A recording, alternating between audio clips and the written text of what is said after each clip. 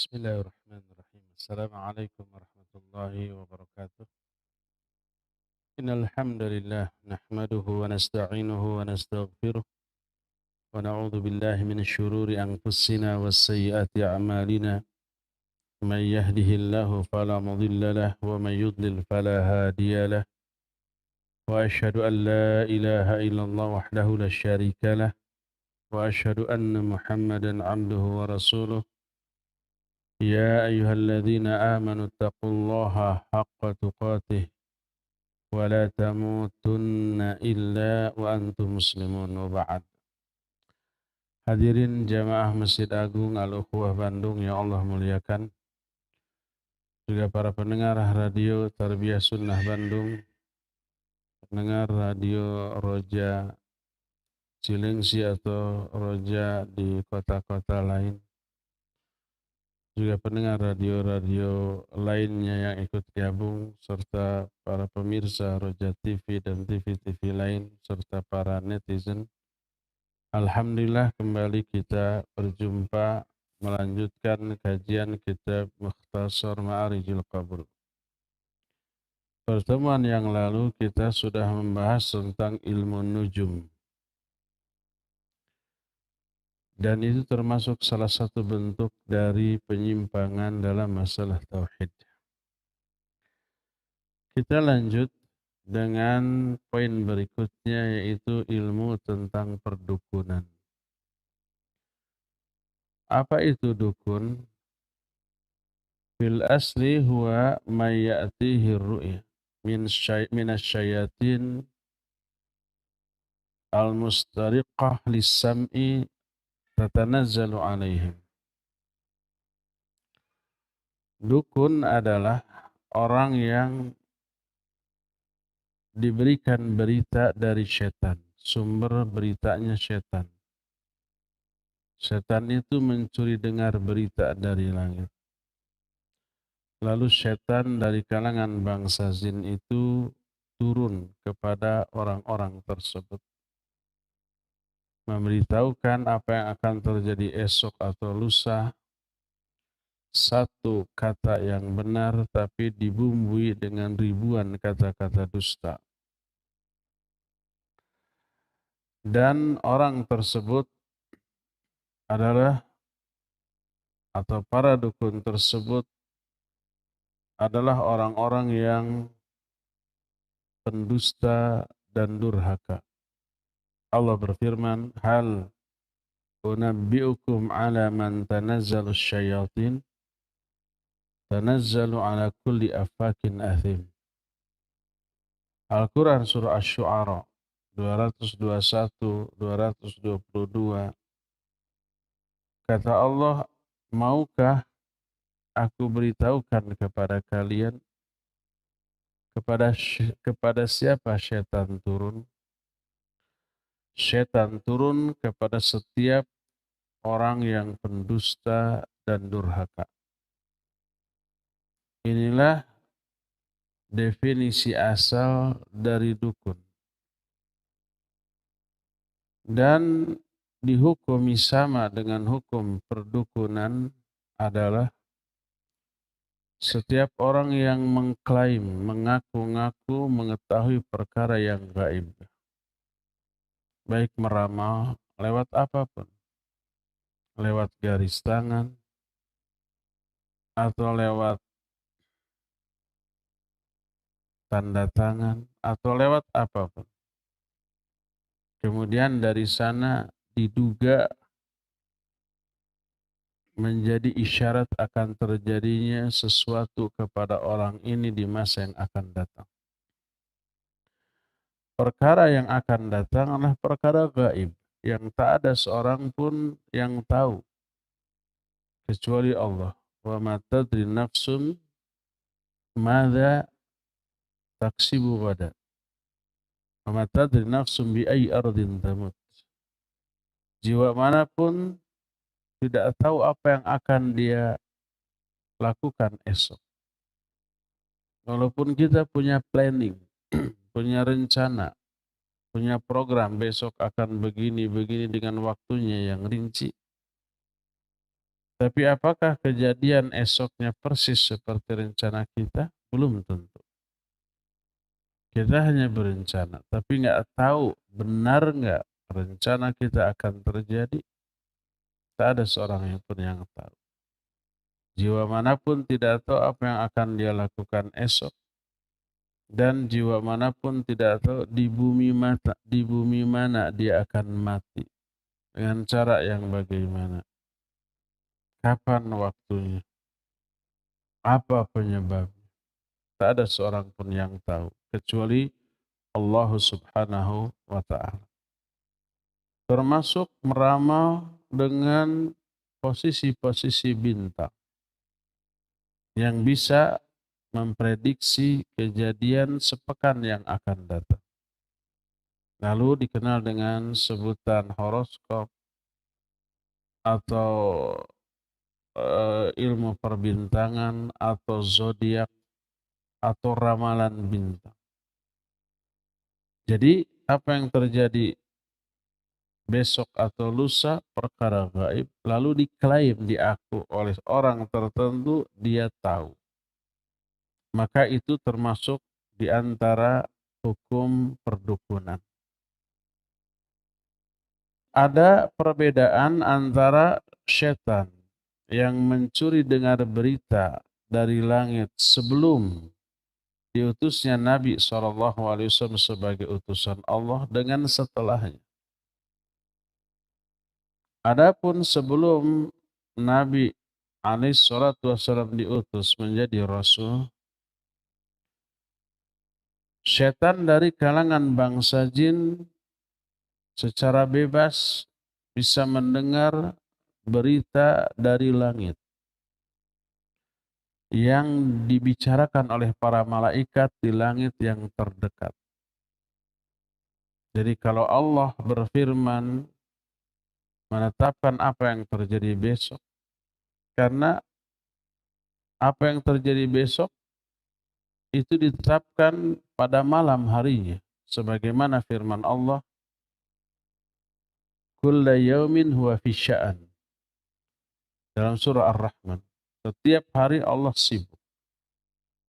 Maknanya, para ulama ahli tafsir di antara Imam Ibnu Katsir menyatakan, sibuk menetapkan apa yang akan terjadi besok. Dan itu disebut dengan catatan takdir harian. Tapi catatan takdir harian ini menginduk kepada catatan takdir di Lauhul Mahfuz. Nanti ketika kita sampai pada pembahasan rukun iman, ketika membahas rukun iman ke-6 yaitu iman kepada takdir, kita akan sampai kepada pembahasan pencatatan takdir. Ada 5. Selain takdir azali di Lauhul Mahfuz yang ditulis 50.000 tahun sebelum Allah menciptakan alam jagat raya ini, juga ada takdir tahunan, ada takdir harian. Takdir tahunan ditetapkan pada setiap malam Lailatul Qadar. Disebut Lailatul Qadar karena penetapan qadar atau takdir untuk setahun yang akan datang. Catatan takdir tahunan ini menginduk kepada catatan takdir azali. Tidak akan beda, tidak akan menyimpang. Demikian juga takdir harian. Jadi setiap hari Allah sibuk menetapkan takdir harian. Si Anu akan mati, si Anu akan lahir. Si Anu akan dapat rizki, si Anu akan terhalang rizki. Begitu. Lalu Allah firmankan itu kepada para malaikat yang ada di langit ke-7. Terus estafet ke langit ke-6, ke-5, sampai langit yang pertama yang terdekat dibicarakan. Dan para setan dari kalangan bangsa jin bisa menyentuh langit. Sebagaimana keterangan Al-Quran dalam surah jin. Nanti kita akan bacakan. Akhirnya mereka punya pos-pos untuk mendengarkan pembicaraan para malaikat di langit. Makanya mereka dengar lalu langsung secara estafet diberitahukan ke jin yang ada di bawahnya terus sampai akhirnya diberitahukan kepada wali mereka di kalangan para dukun. Dulu mereka bebas, para jin tersebut. Adapun setelah Nabi Ali Shallallahu Alaihi Wasallam diutus sebagai Rasul, siapapun di kalangan bangsa jin yang berupaya mendengar, mencuri dengar berita dari langit, mereka akan dilempari dengan panah-panah berapi. Allah berfirman dalam Al-Quran surah Jin mulai ayat 8 sampai ayat 10. Berkata para jin, wa anna lamasna as-sama' fawajadnaha muliat harasan syadida wa syuhuba wa anna kunna naqudu minha maqa'ida lis-sam' faman yastami'il an yajid lahu shihaban rasada wa anna la nadri asyarrun urida biman fil ardi am arada bihim rabbuhum rasyada.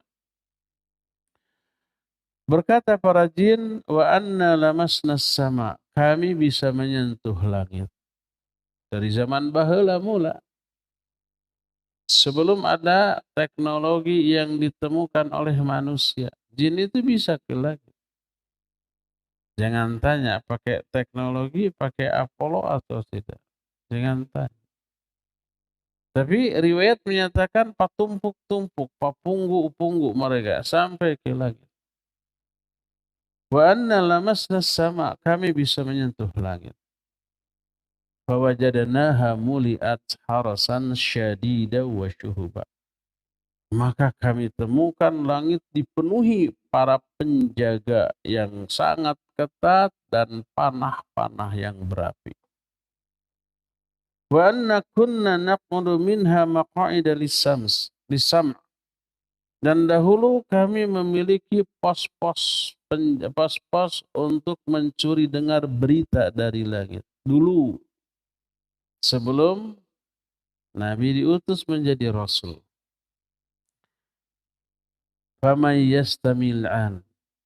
Tapi sekarang siapa saja di kalangan kami, di kalangan bangsa jin, yang mencuri dengar berita dari langit, yajid lahu shihaban rasada.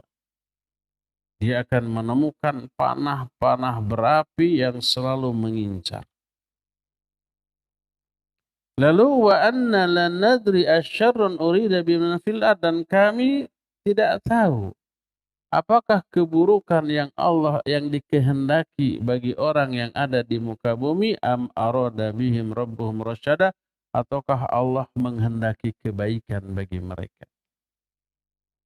Enggak tahu lagi besok apa yang akan terjadi sebab risikonya besar. Mencuri dengar berita dari langit mati karena dilempari oleh panah-panah yang berapi. Secara rinci oleh Nabi SAW dijelaskan secara detail tentang apa yang terjadi di langit. Ini perkara gaib. Kita nggak tahu. Dan tidak boleh percaya kepada berita gaib. Kecuali sumbernya dari Quran Sunnah yang sahih. Dan ini adalah sunnah yang sahih. Diceritakan oleh Nabi SAW dalam hadis sahih riwayat Imam Bukhari dalam kitab Sahih Bukhari dari Aisyah radhiyallahu anha. Kata Aisyah, sa'ala nasun an-nabiy alaihi salatu wassalam anil kuhan. Faqal innahum laysu bisyai'. Kata Aisyah, orang-orang bertanya kepada Nabi SAW tentang dukun, para dukun. Kata beliau, mereka bukan apa-apa. Mereka bukan siapa-siapa. Bukan orang hebat, bukan orang sakti mandraguna, weruh sadurung winara. Arti weruh sadurung winara ini bukan bahasa Sunda, bahasa Jawanya. Weruh teh tahu ya. Katanya. Kata orang Jawa di sini. Sadurung itu sebelum. Jadi weruh sadurung winara itu tahu sebelum sebelum kejadian. Kan diopinikan begitu para dukun. Kata Nabi alaihi salatu wasallam, innahum laisu bisyai'a. Mereka bukan siapa-siapa. Mereka bukan apa. Qalu, para sahabat bertanya, ya Rasulullah, innahum yuhaddithuna bisyai' yakunu haqqa. Wahai Rasulullah, mereka suka memberitahukan perkara yang akan terjadi dan betul kejadian seperti dugaan mereka. Apa kata Nabi alaihi salatu wasallam? Tilkal kalimatu minal haqq yakhtifuhal jinniyu fayuqarkiruha fi uduni walihi kaqarqaratid dujaj fayakhlituna ma'aha akthar min mi'ati kadhibah. Jadi kadang-kadang ramalan si dukun ada benarnya kejadian. Apa kata beliau? Itu adalah satu kalimat yang benar. Yang dicuri, disambar oleh bangsa jin. Kemudian disampaikan kepada telinga walinya. Wali setan. Dari kalangan para dukun seperti kokoknya suara ayam. Lalu mereka campuri dengan lebih dari ratusan kata-kata dusta. Satu kata yang benar dicampuri oleh ribuan kata-kata dusta. Nah, satu kata yang benar ini kadang kejadian. Seperti contoh umpamanya. Ada berita dari langit si fulan akan memperoleh rizki umpamanya 100 juta. Terdengar oleh bangsa jin. Maka disampaikan kepada dukun, si fulan ini akan dapat besok 1 juta. Lalu direkayasa. Datang setan dari kalangan bangsa jin ke orang itu. Lewat cara apapun, mungkin mimpi, mungkin tiba-tiba ada dorongan di dalam hatinya. Duh, pengen dapat uang gimana? Ada dorongan ke dukun anu aja, ke dukun anu. Terdorong dia, datang ke dukun anu. Si dukun itu sudah dibisiki oleh setan. Orang ini bakal dapat. Pak dukun, gimana caranya agar saya dapat rezeki? Kata si dukun itu gampang. Siapkan umpamanya kain putih 7 lembar. Beras putih 7 kintal. Atau 7 butir gitu ya. Ayam putih. Lalu lakukan ritual ini. Dilakukan. Benar dapat. Padahal tanpa ritual itu pun dia pasti dapat. Satu kata yang benar itu dapat 100 juta, tapi ratusan kata-kata dustanya menyertai dan itu yang menjerumuskan orang itu ke dalam perbuatan atau keyakinan syirik. Itu hadis sahih riwayat Imam Bukhari dari Aisyah radhiyallahu anha. Dalam hadis lain dari Abu Hurairah radhiyallahu anhu. Diceritakan tuh kronologis turunnya wahyu dari Allah kepada para malaikat tentang kejadian yang akan terjadi esok. Kata Nabi alaihi salatu wasallam, "Idza qadallahu al-amra fis sama' darabatil malaikatu bi ajnihatiha khud'anan liqaulihi ka'annahu silsilatun al-safwan." Fa idza fuzzi'a an qulubihim ay zala anhul faz'u qalu madza qala rabbukum qalu al-haqqa wa huwal aliyyul kabir. Fa yasma'uha mustariqus sam' mustariqus sam' hakadha ba'duhu fawqa ba'd wasafahu Sufyan bi kaffihi faharafaha wa baddada baina asabi'ihi fayasma'ul kalimata fayulqiha ila man tahtahu thumma yulqiha al-akhar ila man tahtahu hatta yulqiyaha ala lisanis sahir awil kahin farubbama adrakahu syihab qabla ayulqiyaha warubama alqaha qabla ayudrikahu fayakdhibuhu ma'aha ay alkahin mi'ata kadhibah fayuqal aw laysa qad qala lana yawm kadza wa kadza fayusaddiqu bitilkal kalimah allati sumi'at minas sama. Kata Rasul sallallahu alaihi wasallam, apabila Allah mau menetapkan satu takdir di langit tentang apa yang akan terjadi besok. Besok akan kejadian begini, begini, begini. Maka para malaikat meletakkan atau menggerakkan sayap-sayap mereka karena tunduk kepada firman Allah, tak ubahnya seperti rantai besi yang jatuh di atas batu yang keras. Bisa kita bayangkan bunyi gemerincing. Sampai mereka pingsan. Para malaikat pingsan. Takutnya kepada Allah luar biasa. Dan ini ayat hatta idza fa idza fuzzi'a an qulubihim, sampai ketika mereka siuman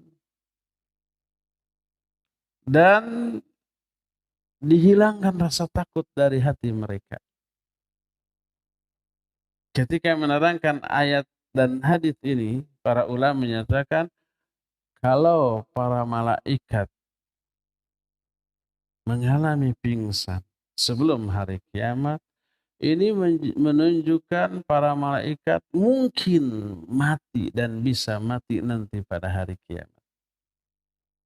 Dan para ulama membahas ini ketika menerangkan atau membahas apakah malaikat mati atau tidak. Ya, ayat mengisyaratkan mati. Salah satunya ayat ini, kalau malaikat pingsan sekarang berarti bisa mati. Dan ayat yang menunjukkan kematian para malaikat waktu kiamatlah fa idza nufikha fis-sur fasaika kullu man fis samawati wa man fil ard illa man sya'allah. Ditiuplah sangkakala wa nufikha fis-sur fasaika man fis samawati wa man fil ard, maka matilah semua yang ada di langit. Siapa? Para malaikat. Enggak ada makhluk lain selain malaikat yang ada di langit. Dan juga makhluk yang ada di bumi, termasuk malaikat yang ada di bumi, penjaga gunung, penjaga hutan, lautan, dan itu ada malaikat di sana. Semua mati, apalagi kita, apalagi bangsa jin, manusia atau binatang, semua mati. Illa man sya'allah, kecuali beberapa makhluk yang Allah kehendaki tidak mati. Di antara yang tidak mati adalah penghuni surga dan neraka.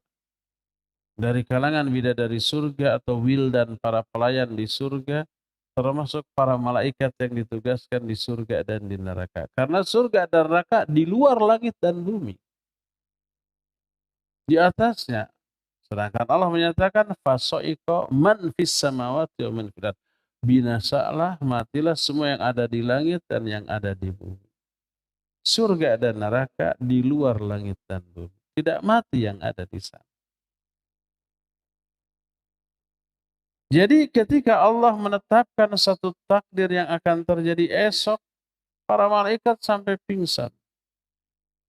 Setelah siuman, lalu dihilangkan rasa takut dalam hati-hati mereka oleh Allah Azza wa Jalla.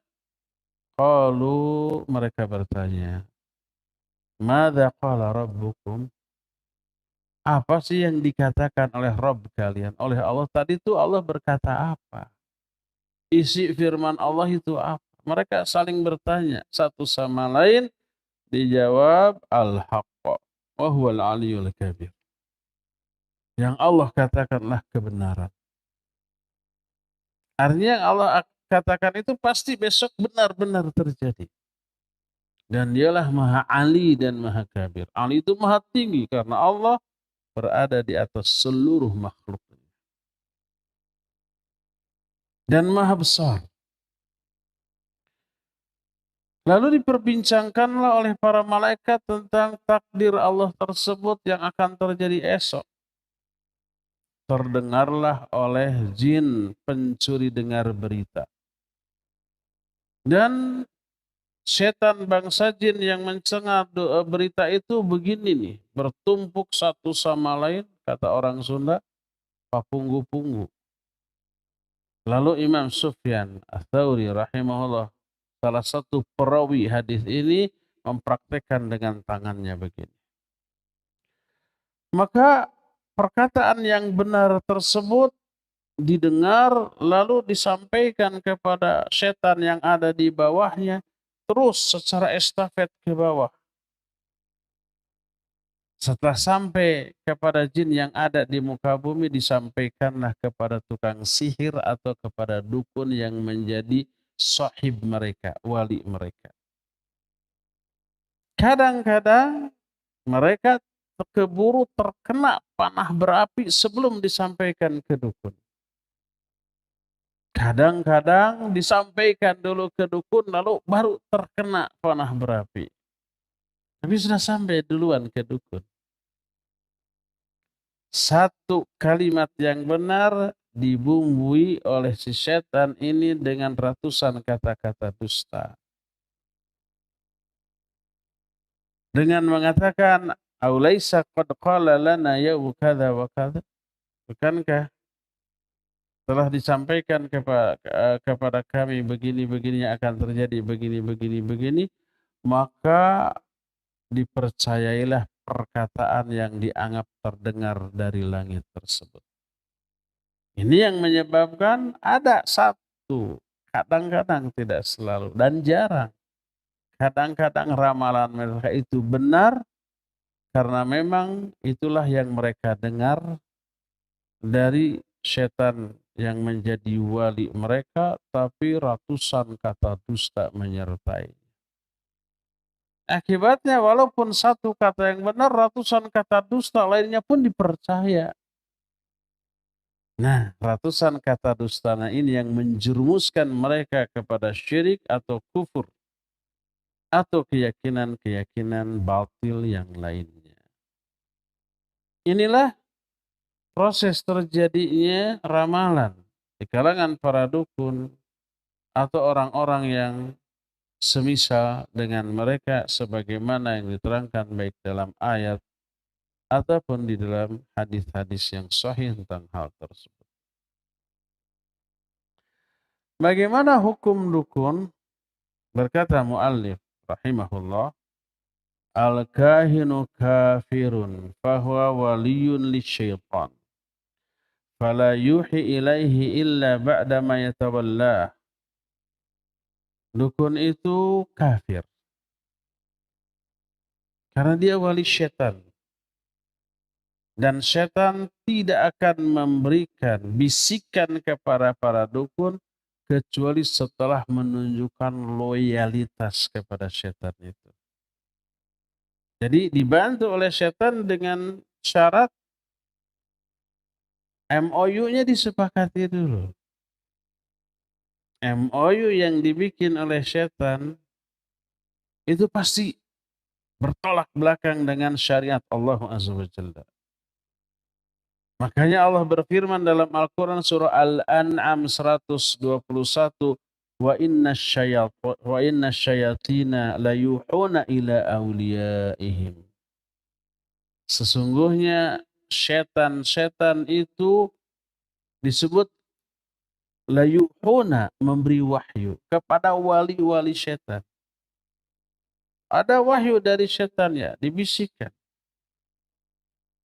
Ada wahyu dari Allah berupa syariat kepada para nabi, orang-orang khusus. Ada wahyu dari setan kepada orang khusus di kalangan para wali setan, termasuk dukun atau tukang sihir atau peramal. Dan setan hanyalah bermualah membuat komitmen hanya dengan orang-orang kafir yang komitmen dengan perjanjian yang mereka bikin dengan setan.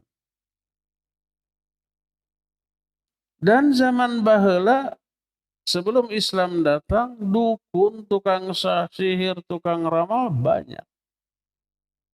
Ketika Islam datang, ada sebagian mereka yang kemudian taubat, kemudian masuk Islam. Contohnya umpamanya Sawad bin Qarib radhiyallahu an. Setelah dia masuk Islam, tak ada lagi bisikan apapun ke dalam di telinganya atau ke dalam hatinya. Biasanya selalu ada tuh. Tapi setelah dia bersyahadat masuk Islam, tidak. Karena apa? Dia sudah berubah menjadi wali Allah setelah sebelumnya menjadi wali syaitan. Sebagaimana ayat yang tadi dibacakan Al-Quran surah Asy-Syu'ara 221, hal unabbi'ukum ala man tanazzalu syayatin tanazzalu ala kulli affakin athim. Mau enggak aku beritahukan kepada kalian kepada siapa syaitan ini turun? Setan turun kepada para pendusta dan pendosa. Ahli maksiat, ahli dusta, mendustakan syariat. Nah, kepada mereka lah turun. Adapun kepada seorang muslim yang komitmen loyal kepada ajaran Islam, syaitan nggak mungkin lagi datang. Percuma datang juga, baca ta'awud lari dia. Percuma datang untuk membisikkan apapun yang ingin mereka bisikan karena tidak akan dipercaya. Akan diingkari. Jadi setelah Sawad bin Qarib masuk Islam, nggak ada lagi bisikan-bisikan seperti yang teralami dan terasakan sebelumnya. Ini menunjukkan bahwa setan di masa jahiliyah turun kepada para dukun karena kekufuran mereka dan karena loyalitas mereka kepada para setan tersebut. Ini alasan yang pertama, kenapa dukun itu kafir. Yang kedua, karena dukun itu menganggap dirinya serupa dengan salah satu di antara sifat Allah Azza wa Jalla, yaitu kerububiahan Allah. Salah satunya mengetahui perkara gaib. Walaupun tidak seluruhnya, hanya sebagian kecil. Disebut mengklaim, iddia. Iddia itu klaim, pengakuan. Ngaku-ngaku tapi pada hakikatnya tidak. Yang tahu perkara gaib hanya Allah. Lalu Allah memberitahukan perkara gaib ini hanya kepada Rasul yang diridhoinya. Allah berfirman dalam Al-Quran, alimul ghaibi fala yudhiru ala ghaibihi ahada illa man irtada min rasulin. Dialah Allah yang mengetahui perkara gaib. Dan Allah tidak memberitahukan perkara gaib ini kepada seorang pun, kecuali kepada Rasul yang diridhoinya. Makanya Nabi SAW sering mengetahui perkara gaib yang orang tidak tahu. Istri-istrinya antara Hafsah dan Aisyah berbisik membuat konspirasi, kok Nabi tahu? Sampai mereka nanya, man amba'aka bihadza, siapa yang memberitahukan tentang hal ini? Nabba'aniyal latiful Nabba'aniyal alimul khabir, yang memberitahukan kepada Allah yang mengetahui secara detil. Padahal itu perkara gaib, Allah beritahukan.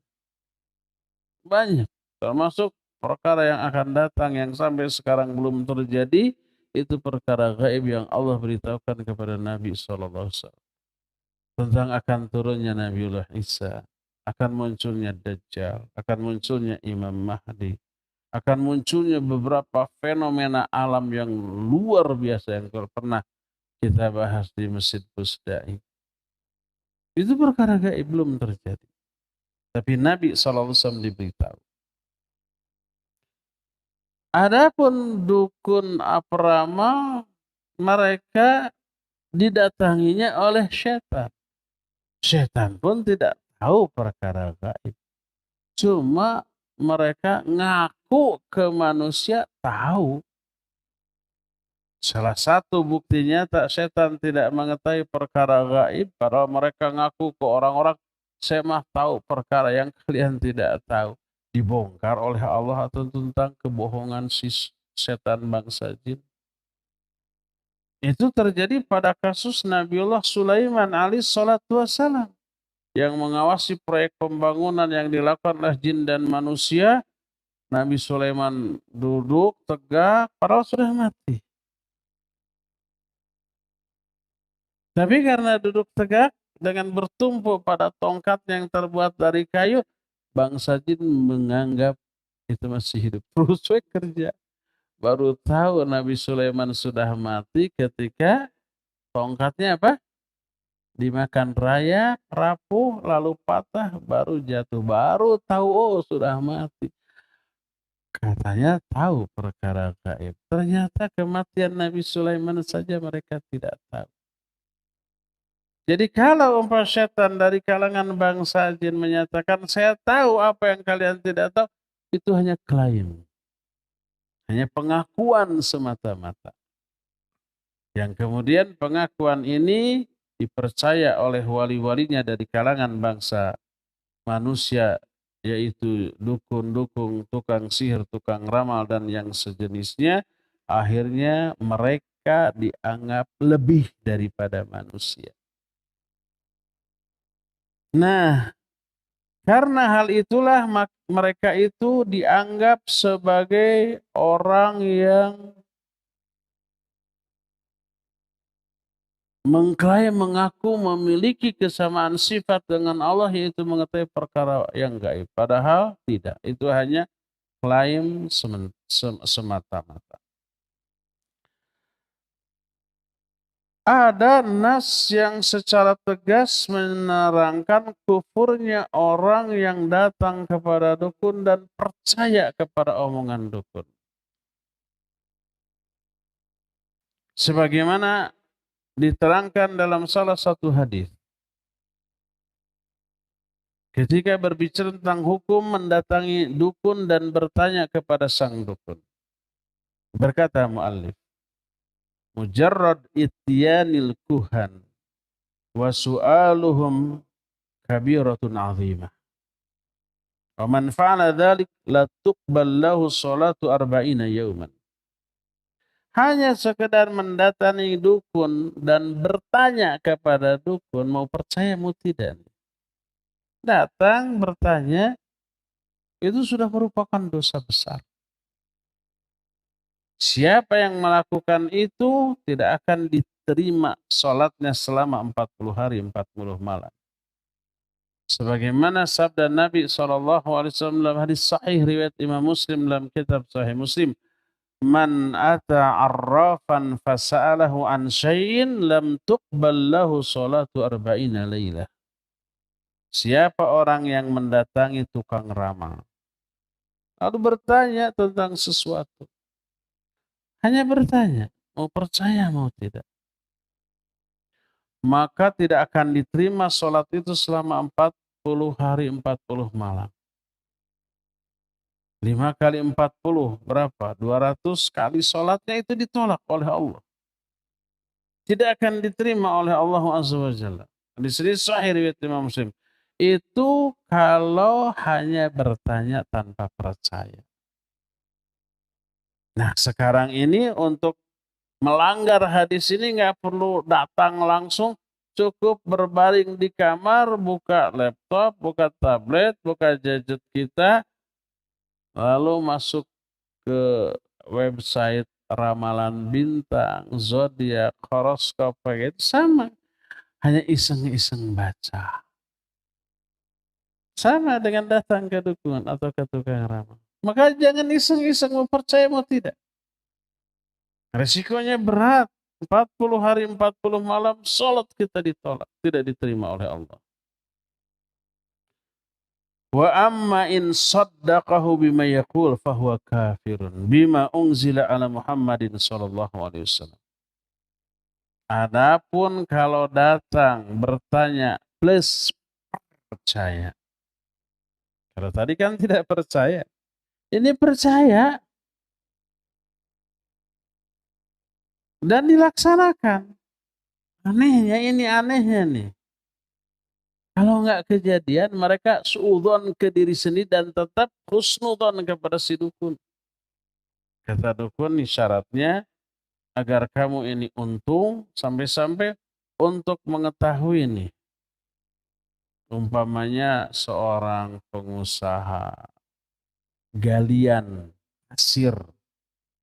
Untuk mengetahui kadar pasir batu yang terbanyak itu di mana nih, bukan nanya ke ahlinya. Ahli, saya nggak tahu ahli apa geodesi, apa geologi, ada alat. Tanyanya ke dukun. Oh, di sini nih banyak pasirnya, banyak batunya. Digali itu. Tapi syaratnya begini, oke ada ritual. Digali teh tanah hungkul, batunya pasirnya sedikit.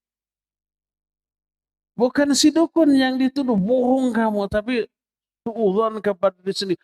Pasti ada syarat yang tidak dipenuhi ini. Tetap husnudzon kepada si dukun. Makanya kualat, makanya gagal. Begitu tuh. Orang ini kufur kepada ajaran yang diturunkan kepada Nabi SAW. Karena percaya kepada omongan dukun walaupun tidak terbukti. Kalau anak gadis ingin cepat-cepat dapat jodoh nih, ada ritual begini, dilaksanakan. Ternyata tetap jomblo, bukan nyalahin si dukun. Wah, pasti ada syarat yang tidak terpenuhi. Pasti ada pantangan yang dilanggar. Gitu tuh, introspeksi. Demi menjaga martabat dan marwah si dukun. Saking percayanya, orang ini kufur kepada ajaran yang diturunkan kepada Nabi SAW berdasarkan hadis yang sahih. Berkata Rasulullah SAW, "Man ata arrafan aw kahinan fasaddaqahu bima yaqul faqad kafara bima unzila ala Muhammadin sallallahu alaihi wasallam." Siapa orang yang mendatangi tukang ramal atau mendatangi dukun lalu percaya kepada apa yang dikatakannya, dia telah kufur kepada ajaran yang diturunkan kepada Muhammad sallallahu alaihi wasallam. Jadi datang ke dukun, baik percaya atau tidak, dua-duanya dosa besar. Tapi kalau percaya, kadar dosanya lebih besar lagi daripada dengan tidak percaya. Tidak percaya saja itu sudah sebuah dosa besar. 40 hari 40 malam tidak diterima sholat. Kalau tambah percaya, tambah besar lagi. Itulah dua jenis hukum mendatangi dukun. Pertama mendatangi bertanya sekedar iseng walaupun tidak percaya kepada omongannya. Kedua datang sengaja dan percaya kepada omongan. Dua-duanya haram. Ada jenis yang ketiga yang dianjurkan. Dianggap sebagai jihad fisabilillah ketika mendatangi dukun. Apakah itu?